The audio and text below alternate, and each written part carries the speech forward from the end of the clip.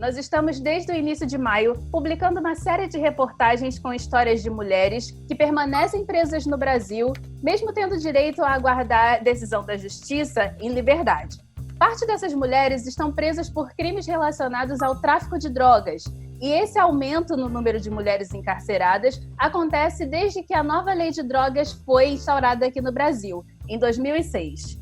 Eu sou completamente leiga nesse assunto e, para conversar sobre isso, eu convidei a Suzane Jardim. A Suzane Jardim é historiadora, mestranda em Ciências Humanas e Sociais, ela é professora e pesquisadora. Ela pesquisa sobre o sistema carcerário brasileiro e também sobre os processos raciais de criminalização do Brasil. Suzane, muito obrigada por aceitar esse convite. E a primeira pergunta que eu tenho é exatamente o que é essa nova lei de drogas? Agradeço bastante o convite. Pois bem, essa nova lei de drogas ela não é assim tão nova. Ela aparece em 2006 e quando ela chega, na verdade, ela é lida como um avanço extremamente progressista, porque ela foi noticiada como a primeira lei que iria tratar sobre a questão de drogas, criando uma diferenciação entre o criminoso e o usuário, certo? Só que na prática, o que aconteceu? Ela foi uma lei que ela colocou penas mais duras para quem participasse de todo o processo do comércio de drogas. Isso inclui desde o embalar, carregar, entregar, certo? Sem que tivesse, de fato, uma métrica dizendo o que seria levado em conta para alguém ser considerado usuário e o que seria levado em conta para alguém ser considerado criminoso.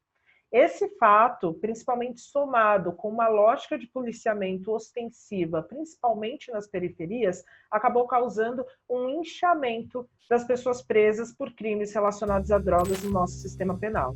Tem mais de uma década que essa lei existe. E por que, mesmo assim, ainda não foi aprimorada? Pensando em interesses, a quem interessa não ter uma régua definida entre o que é o porte de drogas, esse porte mínimo, e, ao mesmo tempo, ver a população carcerária com os crimes relacionados ao tráfico de drogas crescendo tanto ao longo dos anos. Eu não gosto de pensar a questão como se houvesse uma atitude conspiratória de pessoas do mal ali tendo os interesses escusos em torno disso. O que acontece, de fato, é que é muito difícil você colocar uma régua para realmente separar quem é usuário e quem é traficante. Afinal de contas, uma pessoa com 1 quilo de maconha, ela pode sim fazer esse uso dentro da sua família sem problema nenhum. E esse tipo de quantidade, muito dificilmente não seria categorizada como tráfico. O que acontece na realidade é que essa não divisão, ela permite que ainda exista uma série de prisões e perseguição à galera que está mais baixa, tanto no campo do verdadeiro tráfico, né? Vamos pensar mesmo a galera que trafica em pequenas quantidades, que está ali mais baixo na hierarquia, se torna mais vulnerável diante da lei, assim como quem é usuário. Eu acho importante falar sobre isso porque há uma impressão de que as prisões estão cheias de usuários inocentes e tudo mais.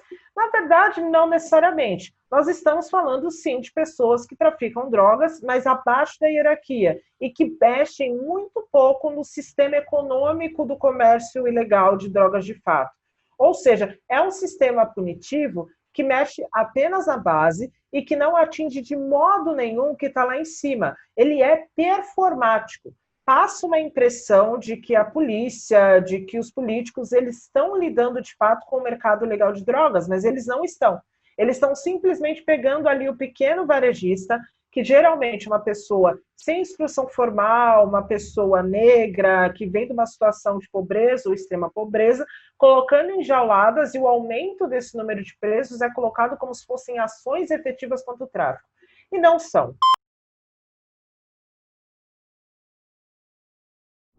Em 12 anos, o número de presos por tráfico de drogas no estado de São Paulo aumentou 508%. É isso mesmo. No mesmo período, a população prisional, que inclui todos os outros crimes, cresceu pouco mais de 60%. Eu acho que essa nova lei de drogas, ela permite um aumento dessas ações, um aumento dessas pessoas presas e um aumento da sensação de que algo está sendo feito quando na verdade não está. Falando em sensação, também fica a sensação de que o tráfico de drogas, então, seria um crime considerado feminino. Isso é verdade? Por que as mulheres têm protagonizado cada vez mais as estatísticas desse tipo de encarceramento? Bom, é perfeito. Aí a gente vai ter que entrar na discussão sobre gênero, criminologia, sistema penal. Historicamente, quando a gente pensa a punição via Estado, ela não é uma punição voltada para o gênero feminino, não é voltada para as mulheres. Isso porque, se você pensar lá no surgimento da prisão, a prisão ela é uma pena, uma punição que tira direitos dentro da lógica liberal, burguesa e assim por diante. Uma lógica que originalmente era feita para excluir mulheres, né? Mulheres não votavam, mulheres não participavam da política. Ou seja, se criava uma dupla lógica de punição. A punição de Estado voltada para os homens, para o gênero masculino, e a punição privada voltada para as mulheres. Então, por isso, as mulheres elas eram punidas, geralmente por seus familiares e maridos, por fugir dos papéis de gênero a que elas eram delimitadas. E quando elas realmente cometiam um dano, um ato que a gente considera criminoso, elas eram encarceradas em instituições psiquiátricas e não em instituições penais. Isso é histórico, isso aconteceu, e quando é que isso começa a mudar? A partir dos anos 80, quando a gente começa a lógica do encarceramento em massa, junto ao neoliberalismo, à globalização, à desindustrialização do trabalho e assim por diante. O que acontece é que, geralmente, as mulheres eram desconsideradas dos estudos sobre cárcere, exatamente porque elas estavam sempre num número muito menor do que os homens que estavam aprisionados. Com a lei de drogas, com a nossa lógica de perseguir, de punir o comércio de drogas pequeno, essas mulheres que estão ali trabalhando no setor mais precarizado, elas se tornam mais expostas. Porque a lógica de criminalização do comércio de drogas, do tráfico de drogas, ela não é uma lógica que fica fazendo tocar em aeroporto para pegar traficante internacional. Ela é uma lógica que vai em pé de favela pegar ali o pequeno varejista. Essas mulheres, até por causa das hierarquias de gênero, muito dificilmente elas chegam aos grandes cargos do tráfico de drogas, porque ali também há as hierarquias, os machismos, as lógicas que a gente conhece. Ou seja, quando elas estão no comércio de drogas, elas estão nos cargos mais expostos, os cargos que mais são sujeitos à prisão, a serem pegos pela polícia assim por diante. Por isso, a gente tem essa questão de feminilização do tráfico de drogas. Não é necessariamente que é um crime das mulheres, mas é um crime que, a partir do momento que começa a ser alvo do sistema penal, que começa a ser olhado, ele coloca uma lente maior para esse lugar de precariedade, que é onde estão os adolescentes, os jovens negros sem instrução e as mulheres também. Por isso, esse aumento absurdo do número de mulheres encarceradas devido ao tráfico de drogas. E aí a gente vê mulheres negras. Por que a maioria dessas mulheres que são presas são negras e pobres? A gente observou isso ao longo da apuração dessa série. E aí eu queria que você falasse um pouco sobre a ideia de seletividade penal. O que seria isso? A ideia de seletividade penal, ela, na verdade, ela é estruturadora do sistema punitivo como um todo.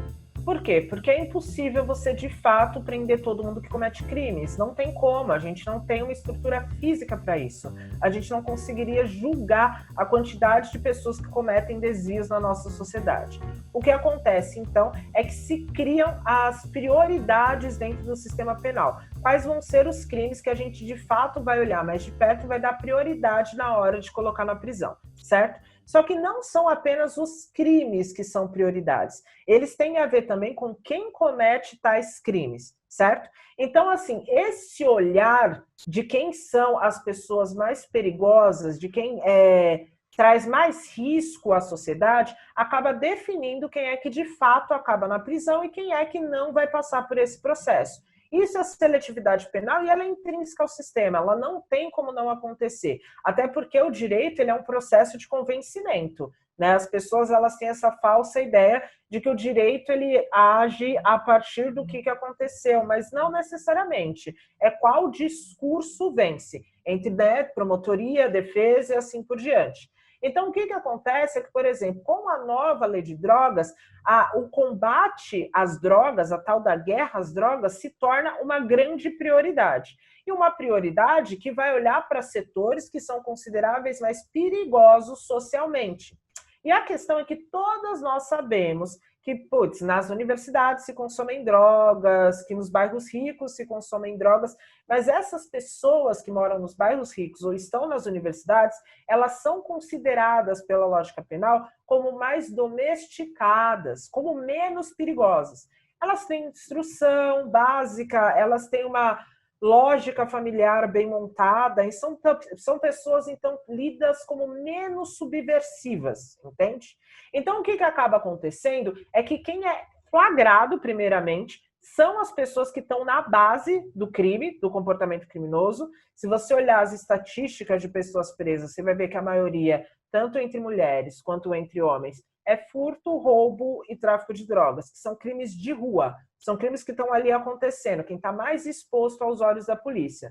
E quem é que tem menos chances de sair num discurso que tenta te colocar como inocente. Então, quando a gente vai pensar, por exemplo, essa presença massiva de mulheres negras, em alguns estados brasileiros o número de mulheres negras encarceradas passa de 80%, ele tem a ver com todos esses processos. A mulher negra, ela é mais fácil de estar lá, porque ela é maioria na base, que é criminalizada, ela é maioria nos bairros que são criminalizados, e ela é maioria nos crimes que são menos elaborados, que são mais de rua, que são mais visíveis, como os crimes relacionados à base do tráfico de drogas. De seletividade penal é exatamente esse processo que faz com que esse público seja mais visível. E esse público, ele acaba passando pelos filtros da justiça. Eu entendo por filtros da justiça os processos que te livram da prisão, sabe? Os processos que fazem você ser considerado inocente.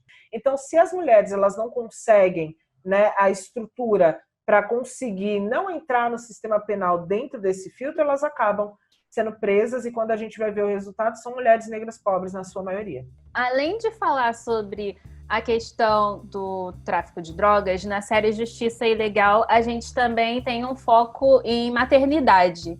E por que faz sentido, então, que as mães que cometem crimes recebam uma punição diferente do caso da detenção? Nos argumentos do STF, por exemplo, existe a questão de que quando a mãe é afastada desse ambiente familiar, a família fica desestruturada. Por que esses argumentos existem em relação à maternidade no sistema prisional? Na verdade, esses argumentos eles são muito novos e eles partem também de uma crítica de gênero que é feita dentro do sistema penal como um todo. Porque a lógica de gênero do sistema penal ela é uma lógica que, na verdade, é muito hostil para com mulheres mães. Por quê? Porque o entendimento é o seguinte, eu vou dar um exemplo que é atual, que eu acho que todo mundo, né, viu de algum modo, que foi a Sari Corte Real, quando ela foi da entrevista no Fantástico e tudo mais. Ela teve toda uma performance de gênero para dar a entrevista dela. Ela estava lá com os cabelos, né, todos bonitinhos, né, sem maquiagem, com uma roupa branca, sem decote, porque há elementos de gênero que são considerados de um modo inconsciente, mas não tão inconsciente assim, porque é uma construção sócio-histórica, considerados como marcadores de uma falta de inocência. Por exemplo, quanto mais vaidosa essa mulher, mais ela é ligada a uma coisa diabólica. Quanto mais sexual essa mulher, menos inocente ela parece. Por isso há toda uma performance de que você tem que parecer o mais virginal e o mais desatada de vaidade possível quando você vai passar por um processo. Tanto quanto vítima, porque aí você tem que mostrar que você de fato é uma vítima que merece ser olhada com compaixão, quando você é acusada, que aí você tem alguma chance de ser entendida como inocente. No caso das mães, a maternidade geralmente é vista como um agravante, porque a lógica social ela é o seguinte: se você se tornou mãe, você tem que entrar num processo redentor. Se você tem uma vida desviada, uma vida marginal, o processo da maternidade vai fazer você abandonar tudo isso. Vai fazer você sofrer de um modo, sabe, bonito pelos seus filhos. Agora, se você é mãe e ainda assim comete um ato desviante, a lógica punitiva é que aí você está pecando 3 vezes. Por sair do seu papel de gênero, por sair do seu papel redentor da maternidade e por cometer o desvio em si, certo? Esse tipo de lógica fez, assim, historicamente, com que as mães que fossem desviantes fossem afastadas dos seus filhos. Porque, afinal de contas, o entendimento era de que elas seriam má influência, péssima influência. Elas seriam um elemento que traria mais marginalidade e uma tendência ao crime para toda a sua família. Esse era um entendimento normal e ainda é um entendimento que justifica que a lógica, né, de hoje se pedir para que essas mulheres voltem para suas famílias não esteja sendo cumprida. Esse movimento de falar para que essas mulheres cumpram as suas penas em liberdade junto aos seus filhos, ele é um movimento óbvio. Porque a gente entende, sim, que a partir do momento onde a mãe ela é chefe de família e ela cuida dos seus filhos, se ela sai de lá, a gente tem filhos sem uma estrutura. A gente tem filhos que vão ficar ali meio que abandonados, procurando outras lógicas familiares para serem abrigados. Então, a gente tem uma tendência maior a uma desestruturação aí. Então, é muito lógico pedir para que essas mulheres, principalmente nos crimes sem violência, que são a maioria no sistema penal feminino, elas fiquem com seus filhos, né, cumprindo a pena em liberdade. Entretanto, essas formações de gênero, elas impedem que, de fato, isso seja cumprido em sua excelência, como deveria e tudo mais. A gente fez uma reportagem que foi dessa série sobre decisões machistas. E realmente, mesmo tendo esse embasamento do STF, muitos juízes, enfim, trazem esses argumentos que reforçam esse pecado triplo que essas mães fizeram. E você falou também sobre a questão da guerra às drogas. E acho que agora está na hora de a gente falar um pouquinho mais sobre isso.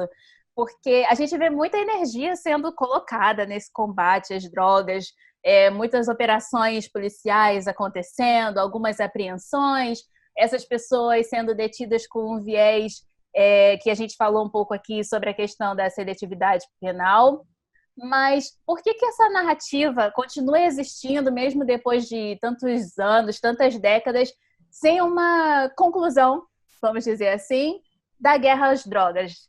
A gente não consegue ainda visualizar um horizonte no meio disso tudo. Então, por que essa narrativa persiste? Bom, na verdade, conclusão há, né? E a conclusão é que as drogas estão de parabéns, porque todo ano elas ganham a guerra às drogas, né? É o que a gente costuma falar, tipo, viva as drogas, elas estão fortalecidas ali, vencendo todo ano. Eu acho que, assim, há uma construção, há uma série de construções aí. Uma construção que é social, que faz com que a sociedade como um todo, ela não esteja preparada ou disposta para discutir guerra às drogas sem o seu viés moral.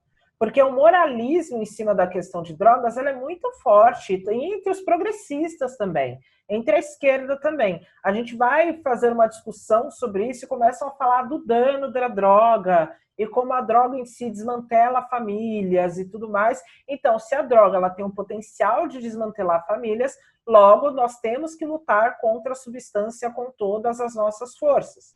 A questão básica é que não tem como a gente lutar contra uma substância, certo? Substâncias, elas não têm vida efetiva. Nós lutamos contra pessoas. E a lógica da criminalização que existe hoje, ela tem muito mais a ver com esse desmantelamento de famílias do que qualquer outra coisa também, entendeu? Porque a gente tem toda essa aura de não falar sobre o assunto, de criminalizar, de estigmatizar o usuário, evitando assim com que ele fale abertamente sobre o assunto, com que ele peça ajuda e favorecendo lógicas de vício predatórias, nocivas e assim por diante.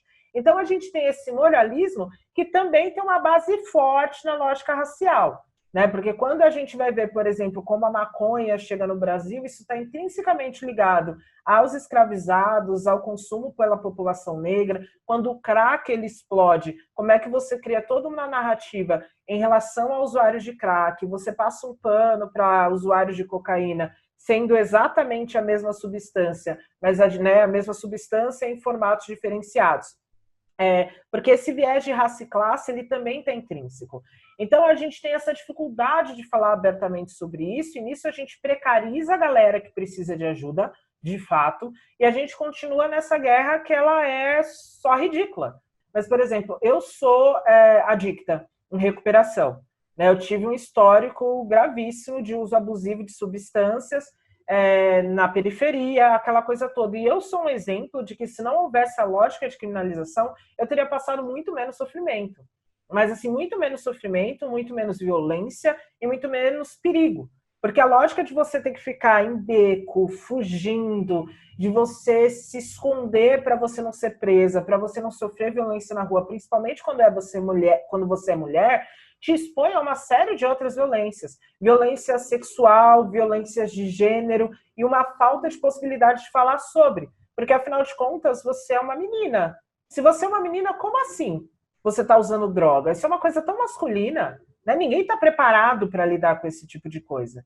Então, eu acho que assim, a guerra às drogas, ela, além da brincadeira de que as drogas vencem todo dia, ela tem esse papel maravilhoso de manter a economia de drogas rolando, enriquecendo, porque é uma economia que gira muita grana, a gente sabe disso, sabe? É lógica de helicóptero, é lógica internacional, ela mantém isso o tempo todo, enquanto mantém o usuário que está na base sem uma possibilidade de ajuda quando o uso se torna abusivo, e também mantém esse usuário da base e esse pequeno traficante da base como as melhores vítimas, né? A clientela base do sistema penal, que se justifica exatamente como se fosse um cavaleiro que está ali para acabar com a imoralidade da droga, praticando uma lógica que mantém o mercado de drogas ali cada vez mais fortalecido e só mantendo uma performance, que faz o cidadão de bem falar, finalmente, menos drogado na rua, meus filhos estão seguros. Não estão, cara, saca? Não estão.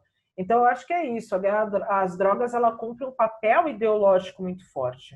É um papel ideológico que mantém gente negra, gente pobre, presa ou morta, porque não tem, de fato, um tratamento, um olhar humano, quando entra numa lógica predatória de vício, e mantém a economia de drogas girando ali sem problema nenhum, tranquilamente. A gente não olha para o traficante da periferia com o mesmo olhar que a gente olha para o cara do helicóptero cheio de droga. A gente entende que só um deles é o bandido bom, que é bandido morto, sabe? Ou seja, essa foi uma conversa que começou com lei de drogas, nós passamos por gênero no sistema punitivo e terminamos falando sobre guerra às drogas. Bastante assunto, né? Então, Suzane, eu te agradeço por ter topado essa entrevista e quero saber de você que está aí assistindo se você tem outras dúvidas também, né? Quem sabe a Suzane não volta aqui para conversar mais uma vez. Eu agradeço novamente o convite, essa abertura para a sinceridade durante essa conversa. E mandem aí os comentários, dúvidas de vocês, porque quem sabe a gente não possa, a partir dela, se encontrar para uma nova conversa no futuro, não é mesmo? Então é isso aí. Obrigada, Natália. Claro, acompanhem a série Justiça Ilegal para mais reportagens sobre esse assunto. E lembrando que todas as reportagens que a gente publica no Intercept Brasil também dependem do apoio de você, leitor, para que a gente continue fazendo esse jornalismo diferenciado, destemido. Então entra lá no Catarse, catarse.me/Intercept, para você apoiar a gente.